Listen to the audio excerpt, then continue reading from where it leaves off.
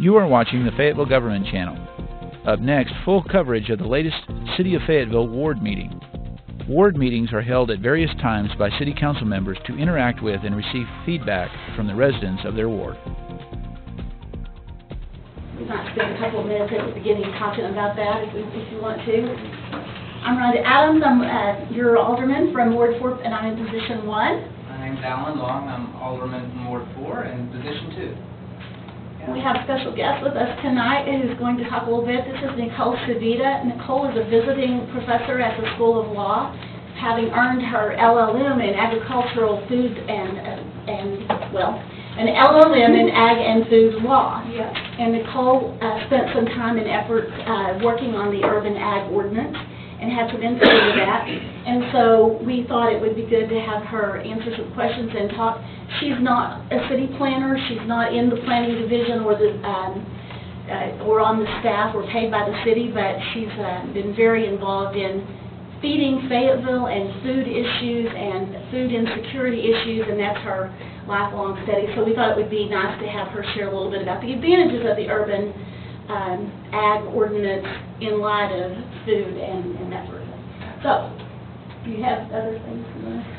Yeah, I wanted to talk a little bit about urban agriculture in light of the animal services side. The ordinance I'm bringing forward to help deal with one side of that too, but I'll kind of hold off until, I guess, the end, and we can go from there. Did you want to ruffle? Could do that. Let me talk a little bit about that just so that we get this on.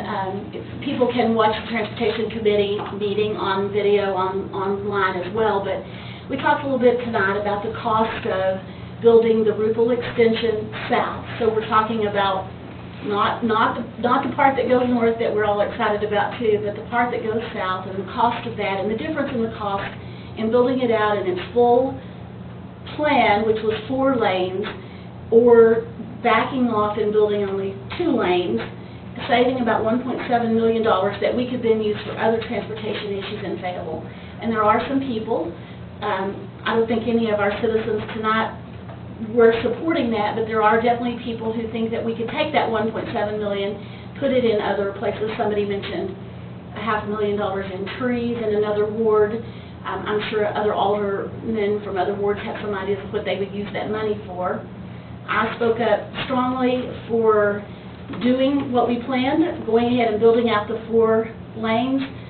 My reasons were really that's what we planned for, and that it is a disturbance to our peace and good life in Fayetteville when we come back in later and do more. And so I'd rather, I think from the citizens I've talked to and from my point of view right now, which could change if a lot of citizens want to talk to me about this and convince me otherwise, but right now I'm convinced that we made the plan, it's better to stick to it, disturb everybody's peace at once, build out the 4 lanes, let the development follow the street rather than get people in their homes. And I discussed a little bit the fact that we all don't build our homes or buy our homes knowing the future plans. Maybe we should have, and I know, what is it, ignorance is no excuse. But I don't think it's ignorant. Sometimes I think it's sometimes dealing with a realtor, and you get excited and you buy it, and you look at that plan, and you think this is great, and then you have 2 or 3 children playing in the yard, and the city comes in and says, oh, did you know that we own your yard? And so nobody meant to do anything wrong, but it is a disturbance of our peace, and I'd like to protect the people in our ward of the future from those sort of unintended consequences of waiting. So that's so that you all know what I'm thinking on that. That's what I'm thinking, and that's what I plan to stick to. But I am looking forward to hearing people. Would you like to speak on that? Yeah, Jeremy Batches, I live in the Mountain Ranch subdivision. I hope you don't change your mind. I think we need that. I think those of us on that side of town have gotten little to nothing in terms of the ability to get through the area. There's little to no connectivity. I mean, you like you said earlier, you don't live on the west side, but sitting on Weddington is an absolute waste of time. There's no point in leaving work on time because I'm going to sit in the road. So having an alternate route has got to help that a little bit. Weddington continues to see more doctor's offices, more restaurants that, quite frankly, I don't even want over there or need. So there's more and more headaches coming on Weddington. We need that other piece. I know that Alderman Petty was saying something about, well, he has nothing against the 2, but the 4. Why not do it now? I agree with you 100%. Do it now. Do it right the first time. You know, you made your comment about you don't buy property and always know what's going on. Well, you buy property sometimes and then things even change. So, I mean, there's both sides of that coin. I think do it once, do it, get it over with. People know what to expect, and I feel confident. I mean, look at Weddington. Development will follow. I mean, just look at what's happening out there. So, please keep going what you're doing. I think it needs to be 4 lanes the right way to do it. Thanks for speaking up on that. We had not talked before tonight, and I appreciate. I'm glad to hear you say that. Would the others who spoke earlier like to share your thoughts on this? POA of group of the POA is united in supporting the project, in part because we like the way the process has unfolded. You guys have been communicating with us. You've understood our concerns, and you've addressed our concerns so far. Hopefully it will continue. So we're seeing building out there again, and I think the folks that are developing properties want to see the infrastructure follow the development. Thanks for saying that. Well, I'll chime in and say that I 100% support it being 4-lane. I think that this was brought to the voters as a transportation bond issue when it was passed, and this has been on the plan for a very long time. I feel like we've made a commitment to the people who live in Ward 4 that this will be 4-lane. I'll be fighting very hard if it comes down to it to keep it at 4-lane, unless everyone that contacts me from Ward 4 says they want 2 lanes, which I very much doubt will happen. And just looking at it, it's about a $1.7 million savings on the front side to build 2-lane, but over the life of about 10 years, that 2-lane would become overutilized. And I think everybody probably heard that during the transportation meeting. Future present value of that money, we're looking at about 5 times as much to come back in and change it into 4 lanes. It's just not worth it. It needs to be done now. Rhonda made some very excellent points. We've got children, that will be living in those homes after the development. And the #1 call that I get from people that live in Ward 4, when they talk about traffic problems and congestion, is that they don't have good alternate routes. And I think that's what we need. We need better corridors on that side of town, and I think that that's been neglected some over the last 10, 15 years, not purposefully, but I just think that this is the next step in keeping it 4 lanes, what we promised. And when people call me complaining about the lack of options, I've said, yeah, we're planning a 4-lane road on Route 4, and I don't want to go back on my word there. So I'm going to stick to 4 lanes. And I think what we're going to hear, to your point, and what our chair of Street Committee said tonight was that we're not saying we're not going to build it. He's saying, I'm not saying don't build it, I'm saying don't build 4 lanes. So I think we have some good arguments and some good points that we just need to go ahead and do it right the first time, like you said. Yes, Mr. Mayor. Did you guys postpone all of those decisions? Because it looked like you were on your way to agreeing on some things. You had agreed about signalization. I wasn't sure. We were talking about the north part of Weddington, and then we sort of got off the meeting. So are you pushing all of that to the council, or? I think what our chairperson will do is when he presents the report to the council, he will say, these things we were all in agreement on. Okay. The one thing that he didn't want us to vote on was the 4 versus 2 lanes. So I do think everything else we were in agreement on. Okay. And that should be part of the report. And I'll make sure when I visit with him before, I'll make sure to ask him to make sure that the report includes all of those. That's a very good point, Professor. Thank you. Something, and Rhonda, you might ask this, well, I guess it'll be at council first before it goes back to transportation. But I know that we're in the design process for the second phase, which is the north end. We actually received federal grant money to design the north end of that 4-lane, but I believe that conceptual drawing has been done in the concept of a 4-lane. So if we do take that back to a 2-lane, have we wasted those federal design dollars? Because there's a law in the state of Arkansas. You can get money for design dollars this year, but you can't get money for building it this year. You have to wait till the next year. So we've got our design money free from the federal government to design the north end of the road already. We don't have the construction money yet. I don't want to see us waste that federal design dollar. That's something that we probably need to talk about at the council meeting. Okay. Two questions. One is, what were you discussing? The entire stretch of Rupel Road, or just the southern part south of Weddington, or the northern part? That's question one. And go ahead. Yes, we were only Weddington south to MLK. Okay, Yes. and I think you partially answered my second question, which had to do with the cost. But I got the impression from something you said, Rhonda, that the sentiment to save the $1.7 million is to put it in the kitty for unspecified alternative expenditures. There's not a specific alternative that it's being considered against. And that doesn't sound reasonable to me. That puts a lot of power behind your arguments, you know, about we made a commitment. Hey, unless there's some compelling reason to violate that commitment, like there is this other thing which is clearly more important, let's keep the commitment. Thank you for saying that, I agree. And if we do the opposite, which is to try to save that 1.7, in 5 to 10 years, it's going to cost about $6.4 million. Yeah. To change it to 4 lanes. In 5 to 10 year future money, or in current dollars? Future current value. Okay. Because the 2 lanes. Future current value? Future present value, I'm sorry. You mean like if What the dollar's worth now versus what. Okay, so you would. inflate the estimate by Right. an estimate of how much, Right. how many more dollars it will take. Right, based on Okay. the geniuses at the Fed. I understand. Yeah. You're not taking what you project it will cost in the future and discounting it back to the present. I understand. Okay. But in Yeah. defense of the other side, your second point, use it for things that are undisclosed or designated or decided on.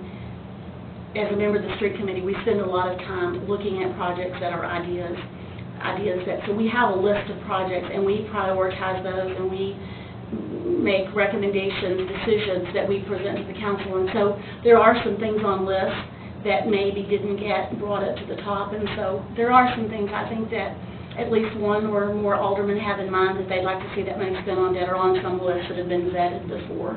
So in defense of that, like one alderwoman said tonight, $500,000 in trees that need to be planted along one street.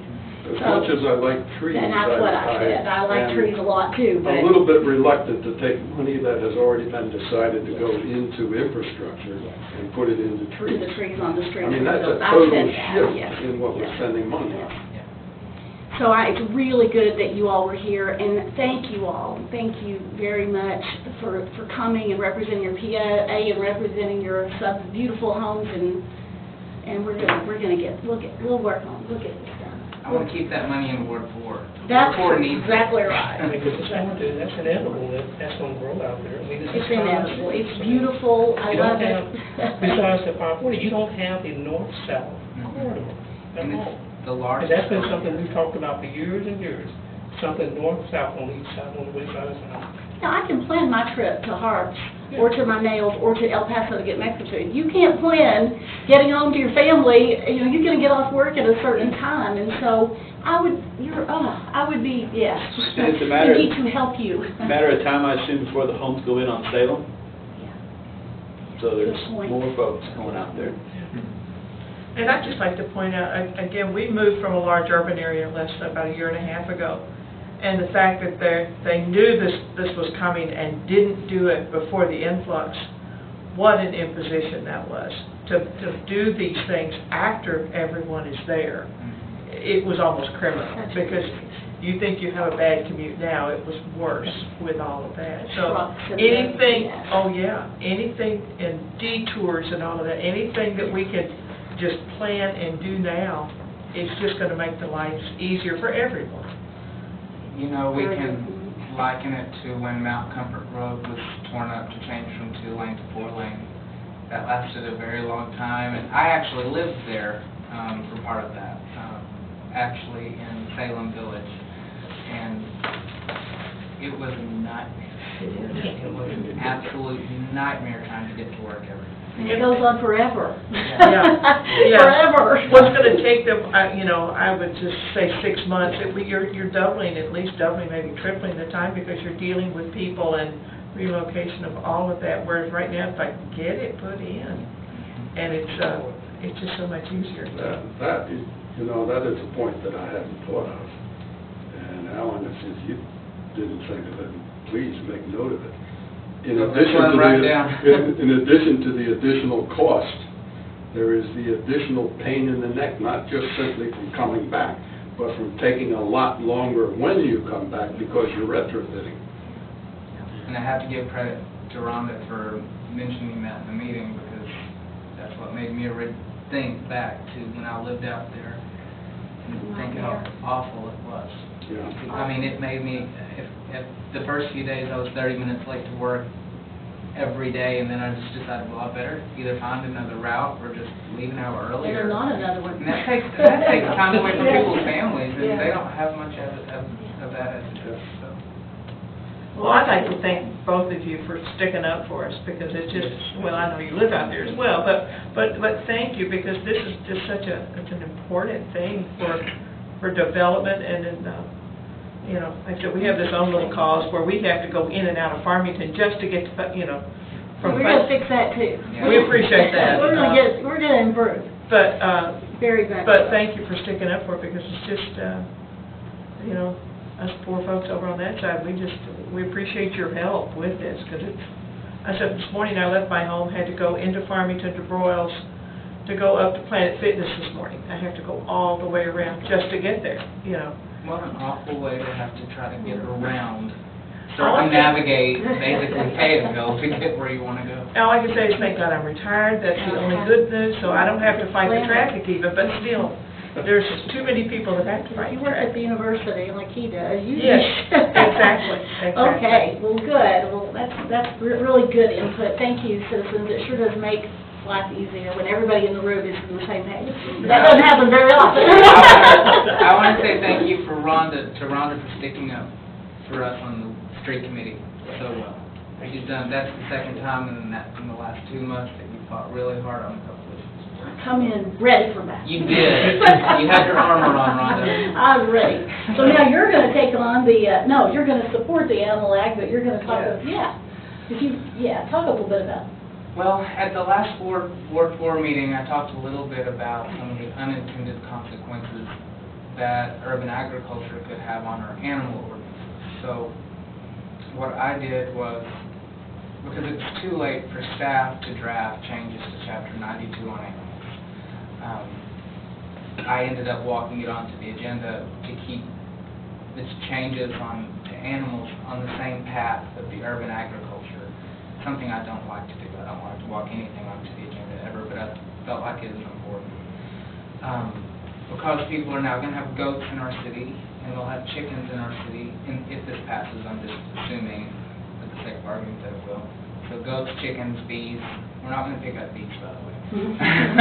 We might confiscate them, and whatever they do if people don't handle them right, but I had the city attorney draft language that would account for microchipping of goats, how we get the goats to the shelter, where we store the goats when they're there, how we feed them, also, what it'll take to handle chickens, the fee structure, because there has to be a whole new fee structure because it costs the city money, so people that goats are picked up will have to pay different fees because they will be a little bit more labor intensive than it will be with dogs or cats. So I drafted that language. I have it at the city council. I asked them really not to discuss it this last time. I wanted people to get a chance to read it. But I felt like it was important to consider because as soon as the urban agriculture passes, if it does, I feel like we will have a complaint within the first 30 days. Maybe it's just someone who doesn't know about the urban agriculture ordinance because some people don't read the paper or the news. And I want there to be a policy in place to deal with it, so when I get that call, I don't have anything to tell them and say, well, we didn't think of that. So I went ahead and drafted that. It's on the table. Aldermen can make amendments to it until we get to that point. But I think we talked to Animal Services today, and they're very happy with the way it's currently drafted, and they want to see it stay the same. It's just a good place to start, kind of see where the urban ag goes. My other concerns I brought up at council were I'd like to see a budget adjustment for the trailer that the goats are going to be put in, and I'd like to see if there's going to be any impact on our staff, because volunteers for the most part walk the dogs that are held at the shelter, but we're going to walk goats, or what are we really talking about here? And their response is that it more than likely would be the staff that takes care of the goats. That if they're at the animal shelter, well, that costs money compared to volunteers taking care of dogs. So I've got some of those conversations started, and the city, we have great staff. They'll take it from here, I'm sure, and we'll get to help them through the process and take public input. But I just wanted to let everybody know kind of what I brought forward, and that's where it's at. Let's let Nicole talk a little bit about the ordinance itself, and have you all read it? Does anybody, so maybe you could just go over the key what is highlights? Yeah. Sure. So I was part of I think we called ourselves the Local Food Policy Working Group, and we met in here since about last March. As Rhonda said, my background is in food and agricultural law, specifically with a focus on food justice issues, broad spectrum, food system redevelopment, local and regional food system rejuvenation, and hunger amelioration in meaningful sort of food sovereignty, independent sort of ways.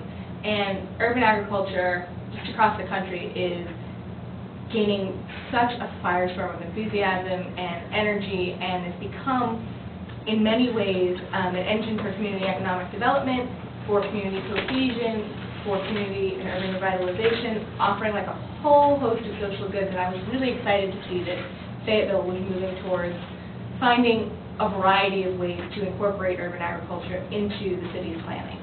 And so I was really happy to serve on this committee. And the process was really about kind of trickling down what citizens had mentioned as their priorities and identifying ways in which existing ordinances could be modified to better accommodate urban agriculture, and creating sort of a multi-step agenda. And I think that's a really important thing to think about when looking at this ordinance and how it sort of evolved.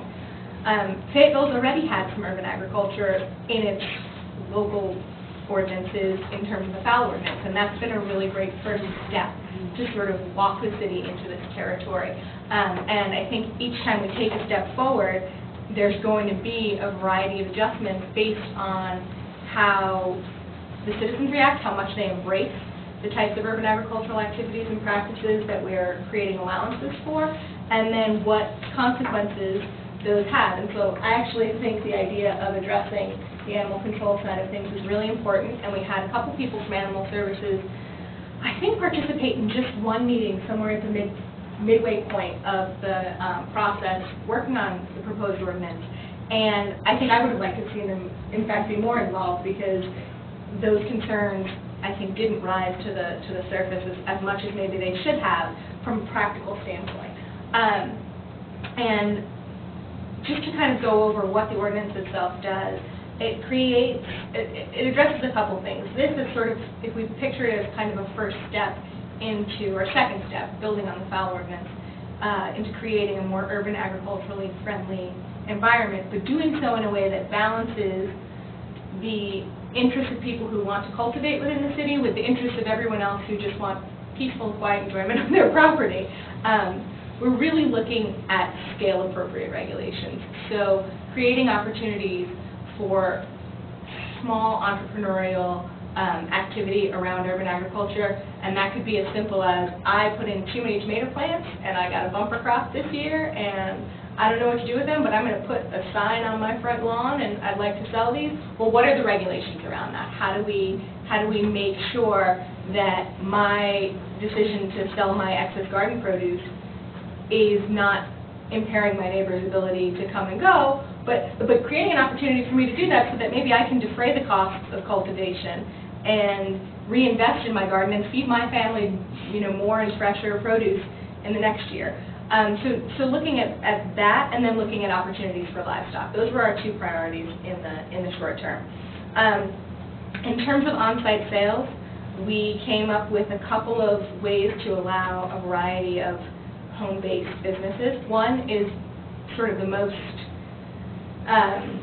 informal way, and that was just adding agricultural and produce sales as an allowed use for garage sale activity. So that would allow up to 4 times a year for 3 consecutive days, you'd have a garage sale. And your garage sale could be a table set up on your front lawn selling your garden products.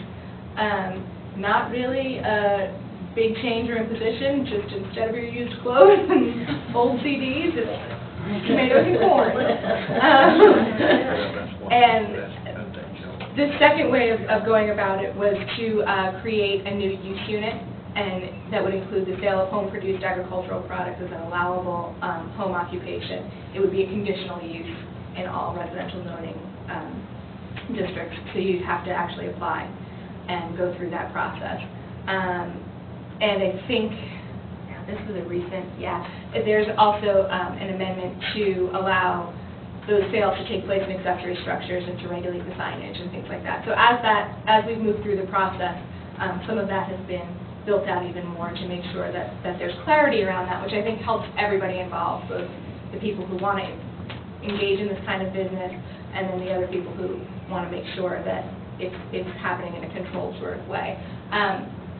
A big concern, I think a primary concern, was making sure that we were creating opportunities on the entrepreneurial side that were accessible, that didn't involve really high costs of permitting or licensing or things like that, so that they would be a barrier to creating microeconomic opportunities, which is really what we're talking about. And then scale came into play too in terms of expanding the fowl ordinance. And that was done to allow ducks. I think it's just ducks and chickens, yes. No roosters, no roosters in city limits. And I think, obviously when you buy chicks, most of the time they come unsexed, but the roosters don't really become a problem until they're slightly larger, so it gives you, a couple weeks to make sure you get them outside of city limits before they'll start causing a problem. And that actually, the rooster thing, I think, is a really great example of how this ordinance developed, because initially, all of the urban farmers were pushing for roosters in city limits, and were very, adamant about the fact that you get your chickens unsexed, who knows what you're going to get, you've got to be able to keep roosters. And then they had roosters for a couple weeks, and they discovered that roosters were not necessarily compatible with having their neighbors enjoy their chickens and the eggs that they were donating to their neighbors. So I think it was a really good example of people recognizing that bringing agriculture in the city can work really well, but you have to do it in a way that is balanced. And I think this ordinance does that. We've created a variety of sort of lot size limitations and setback requirements and things about how the animals need to be kept that will prevent this from being, industrial scale chicken farming inside the city. We're really talking about a much more idyllic agrarian scale of cultivation and creating conditions that make sure what you're raising is appropriate for the size of the property and for the animals to be on the property. We've added bees in, and again, very scale driven. It's 2 hives on any lot, any single-family residential lot, and then for lots that are larger than 5,000 square feet, you can get 1 additional hive per additional 2,500 square feet, up to a maximum of 4 hives. And so that was done to prevent the really larger lots from having an excess number of hives, and from creating conditions where if everybody, or even even 25% of the city's population decided they were all suddenly going to be beekeepers, we wouldn't have an overabundance of bees beyond that which the city's natural environment could support. And I think that's a really important point in all of this, that even though goats are a concern, and escaped goats, could both be a hazard and kind of an amusing situation, depending on which way you want to look at that. I really do think that the scaling up in terms of people getting involved in the deeper urban ag, the raising goats in your backyard, the keeping of bees, is going to be a slower process, and a process that is going to evolve as the community continues to evolve and develop, and frankly, potentially continues to draw people who are interested in living in this sort of way. But I would doubt that, you know, your neighbors on all four sides are going to go out and get goats tomorrow just because the ordinance passed. So I think that's one thing that, you know, we've been really mindful of, is trying to think about this in terms of creating opportunities for people to start experimenting with raising their own food, for communities of practice to start developing, and for this to be a way that neighbors connect throughout the community and teach each other how to care for these animals properly and raise them and enhance their own food security, but not have it be something that we're, you know, necessarily driving everyone to do and recommending that all Fayetteville citizens keep chickens or anything like that. So I think it'll be interesting to watch, you know, assuming it does pass, interesting to watch how the opportunity sort of helps create an evolution in community and in the kind of urban agricultural practice. Specifically with respect to goats, the other thing to point out is that the types of goats that this ordinance would allow us to keep are really limited. It's only female dwarf or pygmy goats. They have to be under 85 pounds and shy of 22.5 inches tall, no bucks. So, you know, if you're going to do breeding, you're going to take them outside the city, have your goats bred, bring them back in. They will need to be microchipped, and they're only allowed on the larger lots, the 10,000 square foot and larger lots.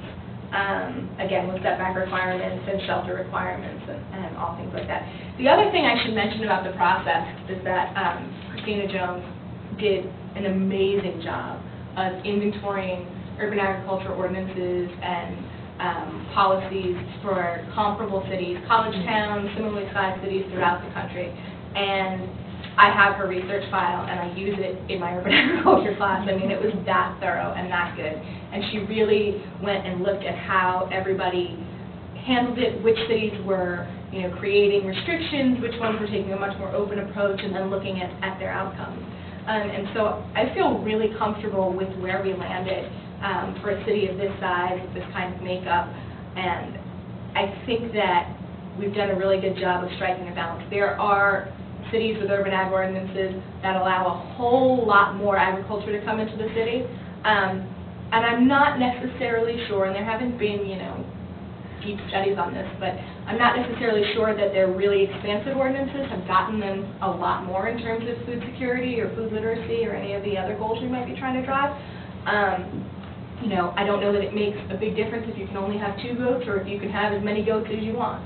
And having as many goats as you want might in fact create more in terms of neighborly clashes. So we try to really keep things scaled, but also make it worthwhile for someone to invest. Because frankly, the problem with the current fowl ordinance is if I can only have a maximum of 4 chickens, I'm probably not meaningfully adding to my family's or my community's food security. And so we wanted to create opportunities that provided enough to incent someone to actually get involved, to build that chicken coop, to invest in maybe planting more than just what they need and being able to sell their excess, but not so much that we really change the character of life in the city. And I think this does a really good job of striking that balance. With that, I'm really happy to answer any questions anyone has. Or You can buy your chicken coops down at Sam's. Yes, you can. Our subdivision is, their deed restrictions are pretty tough on a lot of stuff. Like, we can only have like 2 garage sales a year, and the whole subdivision has to be the same day. So how is this law, would it affect any of that? It's not going to affect any of that, unfortunately. Homeowners associations have the ability to continue to place their own restrictions. And so my hope is that, because that's not something the city can fix, obviously that's, you know, the covenants associated with where you're living in the homeowners association rules, is that as Fayetteville becomes more of an urban agriculturally active city, that some of those HOAs will start to really rethink some of those restrictions and change them to fit with the character of the city overall. And because, you know, you may have situations where certain people are discouraged from buying or renting into a particular subdivision that wouldn't allow them to do what the rest of the city would allow. In the process, I will confess to having really wanted to find a way to create urban agriculture opportunities for renters, and that's something we haven't been able to tackle yet. Like a co-op? Yeah, whether they were co-ops or there's places in California or organizations in California that have been pushing for, and this would certainly not fly here, and it's not flying in California, so that's a good indication of how radical it sort of is, but a state-level law that would actually prevent landlords from placing certain restrictions on their renters, so that it would allow, or it would require that open spaces, a certain amount of open space be available for renters to cultivate. It would, and it had, you know, notice and consent requirements and things like that. It's a really interesting push, hard push in the other direction. But we did kick around the idea of trying to figure out how to make these opportunities more accessible for renters. This doesn't go that far yet for the most part, although there's nothing to say that a landlord can't, you know, say go right ahead and have your chickens in the backyard of this rental property. But it doesn't create any specific or special protections that would override a landlord-tenant relationship or a homeowners association owner relationship. So we haven't gone there. And I don't see that that's something that's easily accomplished at all for a lot of legal reasons at you know, both the local and state level. But looking to the future, I do think the city has expressed an interest in moving towards other kinds of community gardening opportunities and other vehicles for creating opportunities for people who are otherwise restricted in their own property. We had a little 4x8 garden, and had so much stuff, and I was just giving stuff away to neighbors like crazy. And it's like, it's a huge gas line coming down. It's like, I keep looking and thinking, community garden. Just build it up where you're not going to be digging down and, you know, touching that. Yep. But it's like a half of a lot. Yeah, no, it's amazing how much you can get from a really small space. Gosh. And how much we can, how more meaningfully we can ameliorate hunger issues locally by growing our own food, by doing it in ways that teach people skills that, you know, they will carry with them, and by making it just part of how we feed ourselves. And, you know, there's sort of this new urbanism that's identifying what went wrong in our process of urbanizing, and part of it was we forgot how to feed ourselves. It was a huge part of what we did wrong. And so even though I know that there's a lot of discomfort among various constituencies about the idea of living next door to a chicken, recognizing that that chicken has a lot of meaningful benefits, and even if you're not the one who's going to ultimately be consuming its eggs, I think is an important part of revisiting what urban life means, you know, really can and should be like, but doing so in a way, again, that doesn't mean that you're living on the farm when you are someone who's chosen to live in the city. Revisiting urban life, I like that. Yeah. And so it's definitely a give and take process, and I do feel really confident that we had a lot of the right voices at the table, agitating for more progressive change and cautioning a pullback. And I would say that I think I took both sides at various different points. I mean, I was surprised when we decided that we were putting bees in the first go-round. I think it was done well. I think that it's done safely, and my hesitation was really only optical and political, and understanding that a lot of people have a strong reaction just to the concept of bees.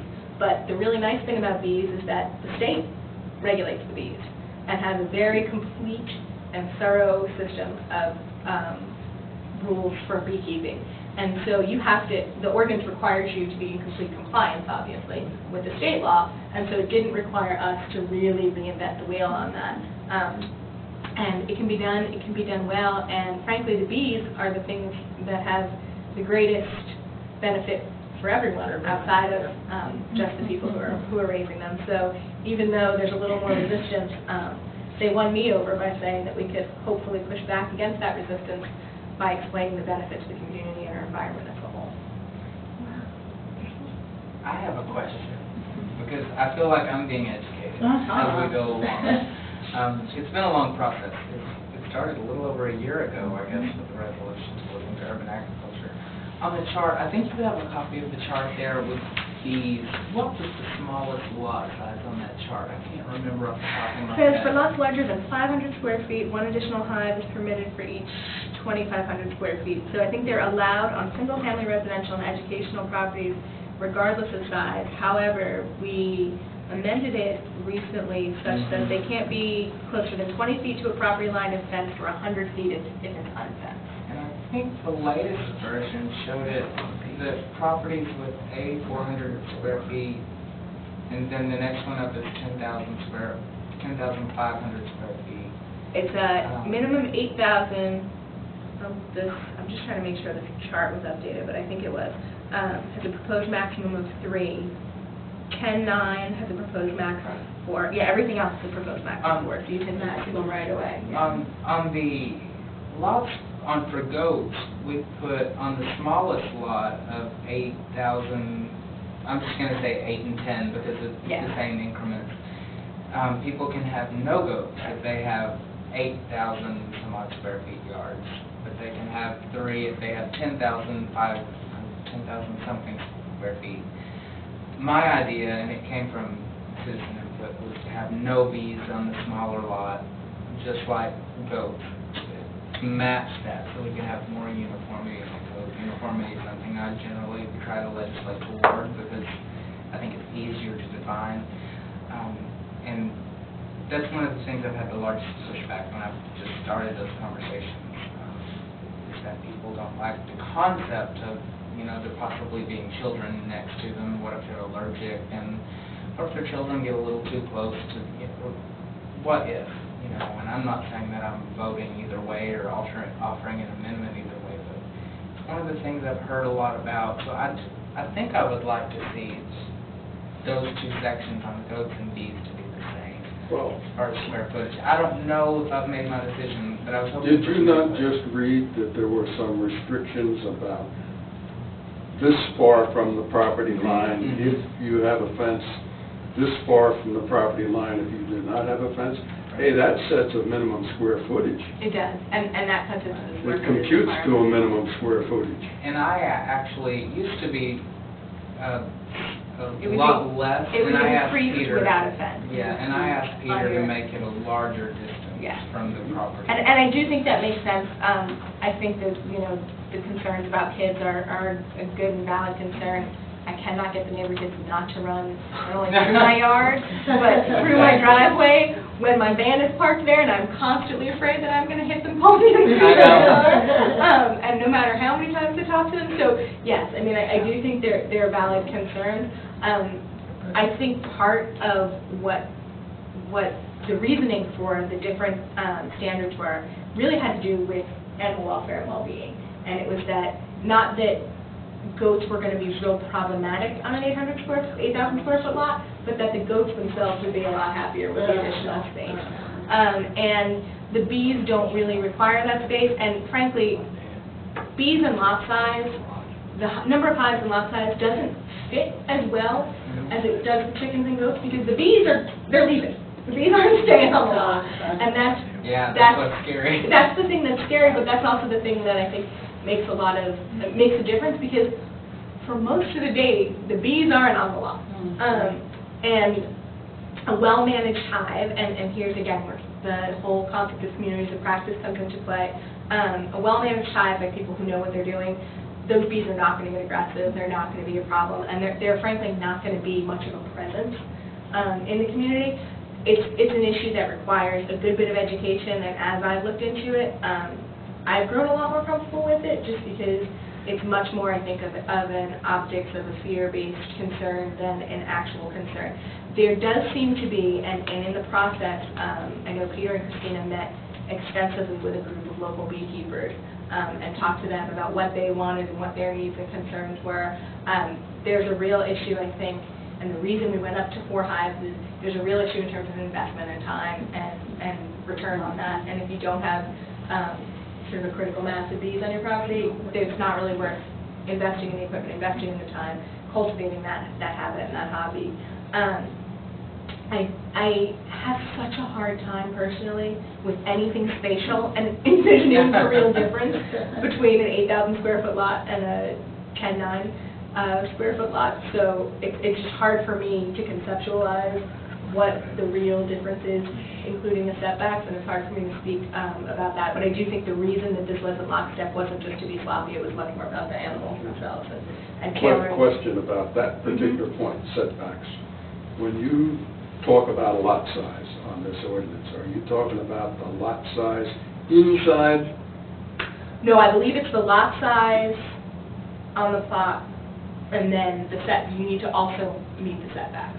So if you have, like, for example, on the chicken. Okay, now setback is used in setback I understand, and that's not giving me a question, but a lot of properties have, effectively, it appears that our lot is this big, and it's really this big because there's right-of-way out here.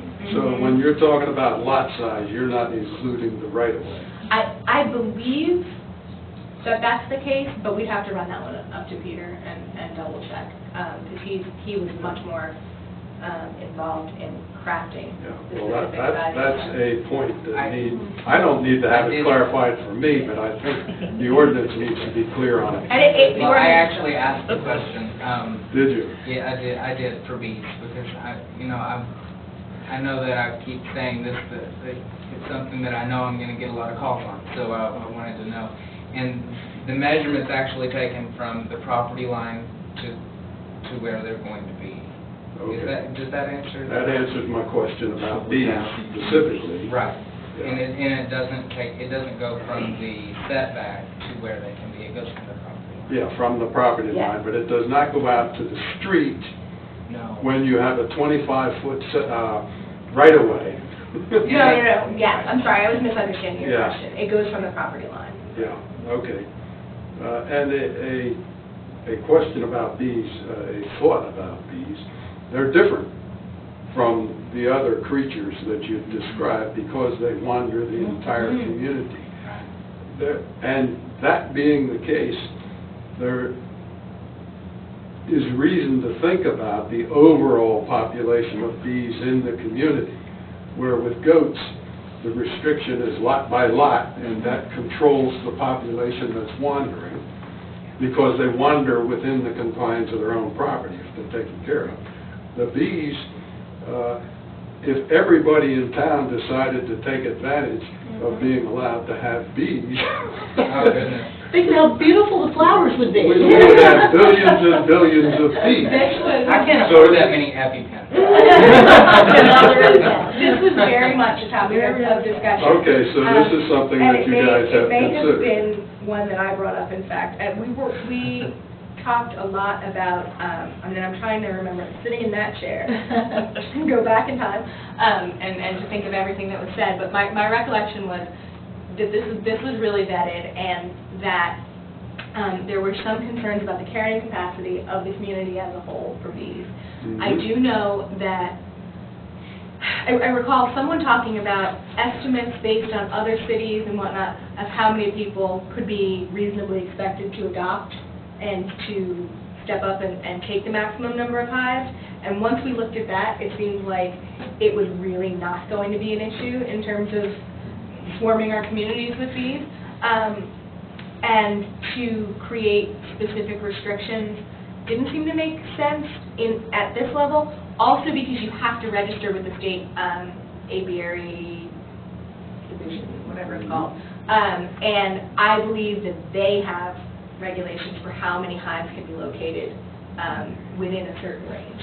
And so I think that ultimately we decided that we didn't have to, and I would have to go back and check to make sure that this is the case, but I believe I was told that we didn't have to be concerned because of state level law took care of that. You wouldn't be able to register your hives if you were in an area where those bees wouldn't be able to survive or thrive.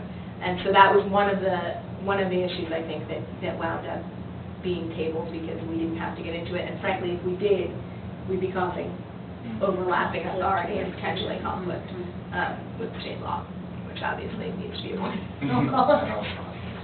So I do think that. Is this one that Peter said there were only 3 hives registered in Charlottesville? Oh, yeah. There's, I mean, like 3 in the whole city in yeah. Charlottesville. Is that the one, is this the issue there that I was surprised by how I mean, little it is? as much as people are afraid of bees because they, just don't know a whole lot about having them, myself included until fairly recently, that plays both ways. It plays into citizens being concerned about their neighbors having bees. It also means that not a lot of your neighbors are going to go ahead and buy the suit and start keeping bees. But those who do will actually be providing a pretty nice benefit to their gardening neighbors, whether they're flowers or otherwise. And we can buy candles from them. And we can buy candles and honey and all sorts of things.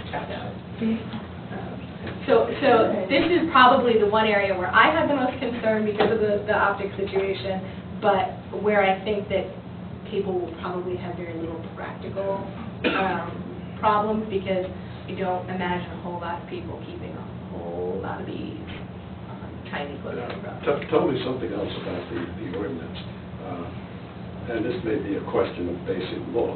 If the ordinance fails to mention a particular kind of animal, is that animal then permitted or not It permitted? is not permitted. Okay. It is not permitted. And someone just commented that we have neighbors with dogs a lot bigger than these goats are going to be allowed to be. So, My new neighbor's dog, Scott Hamilton's dog, is yay big. Bigger than the goat he'll have. Bigger than And we did, when we changed the animal chapter, we defined what the livestock could be. Yes. So that it is limited to just that, so that it can't be that. Yeah, it's drafted to permit, and so these permissions are an exclusion from the general sense that you can't keep livestock. And I believe at some point I had a concern about the animal welfare law and making sure that the welfare laws apply to the livestock, and they absolutely do. So we have a way to intervene if someone is found to be mistreating the animals, just as we would if there was maltreatment of a domestic pet. So that was really important to me too, to make sure that even though we weren't necessarily describing really, really specific standards, there are standards about needing to provide food and water and all of those things, but that we have some way to get in there if it looks like someone who, for better or worse, with good or bad intentions, is maybe not taking quite the type of care we want. And listen, I live next door to a family that has 6 dogs, and I would really rather there were 2 goats.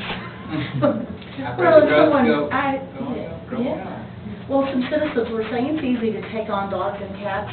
They're cute and fluffy, and you want to save them and all that. It's not that easy to go into the business of caring for goats and chickens, and it's work, and you have to go into it. You're thinking about it. My mind is in this investment, and so it'll have a self-regulating component to it. Just the people who want to go into it now can, and those who don't won't be real tempted to go into it. Exactly. And I would also say that there are a couple of people here within our community who are really avid proponents of urban agriculture and who sort of have unofficially taken on the mantle of doing a lot of the community education and sort of organically letting those things happen. And so I do think that that this idea of these communities of practice and informal education will start to crop up and gain momentum, and that's something that the city doesn't need to take on and isn't in fact taking on. They're just kind of creating the conditions for that to happen, which I think makes a big difference.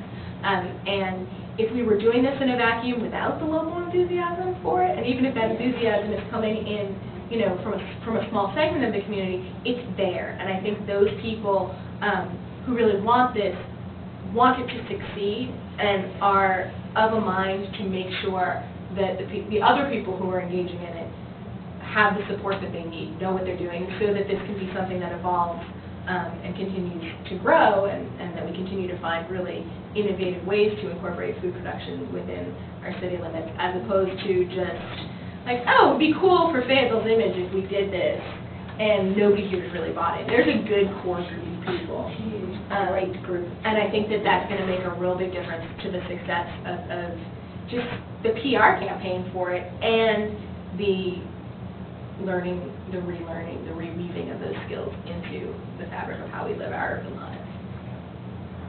And I would like to just add to that, you can see an example of that right here. When you see someone with law degree and then a graduate law degree in this exact, and be so effective and active in the policy setting for our city, you know that the kind of thought and brilliant minds that have been doing this, and this is a volunteer, and so I'm really excited about seeing our city embrace this and seeing that sort of support from, thank you. It was my pleasure. It's my pleasure to help with it. I really am excited about what's going on here and what the possibilities are as the city looks towards its development and in being mindful of these things in development, because it's not unlike the road issue you were all just discussing. I mean, it's really thinking about looking down the line and how you want the city to evolve and what you want the character of the city to be, and re-envisioning some of the rules that we set for ourselves way back when we were trying to create, an alternative to rural life, but now figuring out, well, maybe we threw the baby out with bathwater a little bit, and how do we pull some of that back in, and that kind of mindful development is only going to make this community stronger in the decades to come. So I think it's a really This may precede your time in the city. I don't know, but there was a time in the past when the mayor, and this is old history, several mayors ago, was quoted, I think, I didn't hear him say it, but I was told by a reliable person that he said, if I want a tree, I'll go out in the country. Mm-hmm. Oh, yeah. People were promoting trees, and that was his reaction. If I want to see a tree, I'll go out in the country. I think I know which mayor you're talking about. I'll bet you do. It's been a while. It has been a while. It's not, it is rethinking. In many ways, it's amazing to me how far the good food movement, the alternative food movement, has come in just a couple of years from being a real sort of gourmet, individual-focused, if you have the money to buy in and get that super fancy specialty food, then it's yours, and if you don't, well, good luck with your processed packaged food when it expires.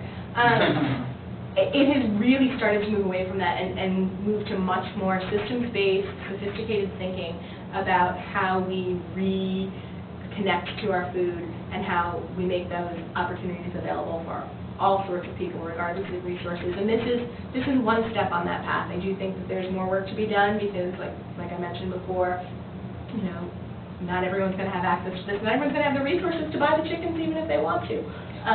But this is a great step in the right direction.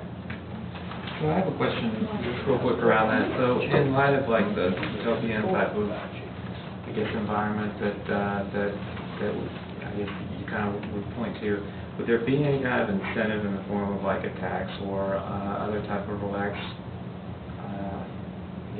financial benefit to people who would donate a certain percentage to local charities or even city schools or anything of that nature? None of that is in the current ordinance, but I have heard topics like that being floated at sort of the next level, and there is a fantastic report if you're interested. If you Google Burlington, Vermont Food Policy Council or Food Policy Development, you'll get a PDF, and they go through in Section 5 of that PDF, which I teach from actually. They go through all kinds of policy tools for urban agriculture promotion, tax credits and land trusts and all kinds of amazing, innovative policy tools. And I personally would love to see, as the city continues to walk down this path and look to innovative ways to promote urban agriculture and enhance local food security, to get some debate going around some of those tools. I think it's a great way to get the resources shifted. And for me personally, urban agriculture is about a whole lot more than backyard chickens and community gardens, and we're just scratching the surface. I was actually watching a video 20 minutes before I got in my car to come here about a guy in Texas who is working, he's, I think in Austin, probably Austin, when you hear what I'm going to say he does, who's working with outside of the city rice farmers and creating Texas stocking and rebranding Texas and its beer culture and saying, we don't grow hops here, but we do grow rice. And so we can create, and he's had phenomenal success in creating this niche brand and bringing all kinds of, he's got this local sake brewery, and And, I mean, that's the kind of economic development, the larger scale economic development that can grow out of this. And you can start to get signature local brands when people can are able to experiment on an affordable scale. So that's the other real great economic benefit too. If you can play around in your backyard and discover, I make really good goat cheese. What's next for me? How can I scale this up? Maybe outside the city limits, but how can I scale this up and then be selling my food here, and you're really revving up that local economic engine.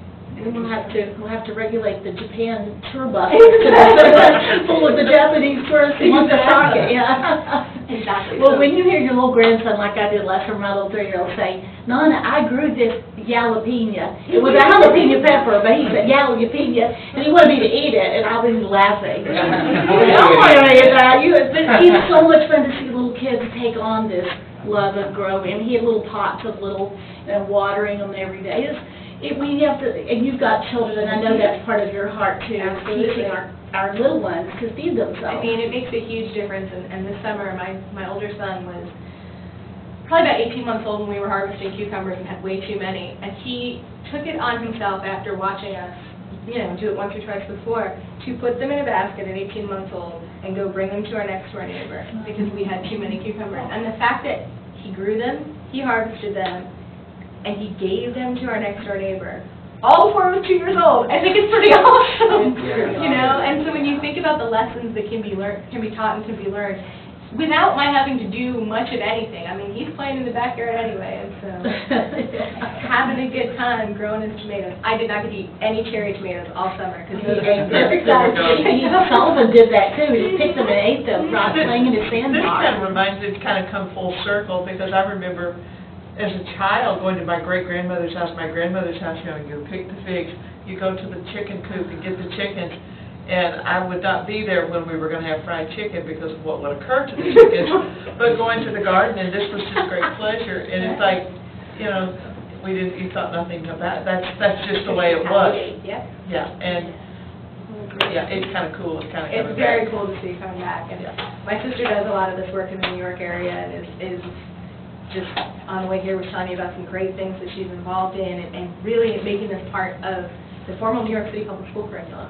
And so it's great to see that, this is happening in all sorts of places. And some of the kids in the South Bronx who have been traditionally the most divorced, not just from farms, but from food of any sort that, you might recognize as actual food, are now growing the food that they're serving in the cafeteria. So we're doing good work. And very good work. It's important for Fayetteville to be moving ahead with this tide on the forefront because it will continue to be something that draws people to the area. And when you say something like incentivizing people for doing this, we're doing that very thing. We voted on something the other night to incentivize a company that's going to hire some more people and grow. So if we're going to do that for companies to support our economic development, let's do it for our citizens too. It's a great idea. Thank you. We all help me thank Nicole. I'm so happy you were here. Oh, I'm so glad. Thank you for asking me. Very, very happy that you were here. It's great to hear you talk about this. And if you have questions for Nicole, she can be reached at the U of A School of Law, where we're very fortunate to have her where I work. And you can email me, and I'll send it to Nicole, or you can look her up on the website and find her picture and email. If you have specific questions or you hear people out there who she's a great volunteer for our city, great asset, and thank you for being here tonight. Very, very much. And thank you to everybody who used to sit at this table with me and hash this stuff out. It's a great group of stakeholders who were really, really invested in the process and met, almost for a year, I guess, at this point, to come up with this. So we're excited about it. That's all I have. Do you have anything else? Well, I did want to add one thing on a different subject. I'm not going to go into it, but the food truck ordinance, we did talk about it at ordinance review Monday. So we talked about it last week, and that'll be coming to the City Council the second City Council week in March. So it'll be the third week in March on Tuesday. So if you have any questions about the food truck ordinance, you can email me. We're working through that now. We made some progress on it. We've got some recommendations for the council. So we don't really have time for me to get into it because there's a lot of changes that we made, but be happy to share that information with anybody. All So we'll see y'all in a month, the last Monday at 6 p.m. every month except December. All right? Thank y'all for being here. Thank you.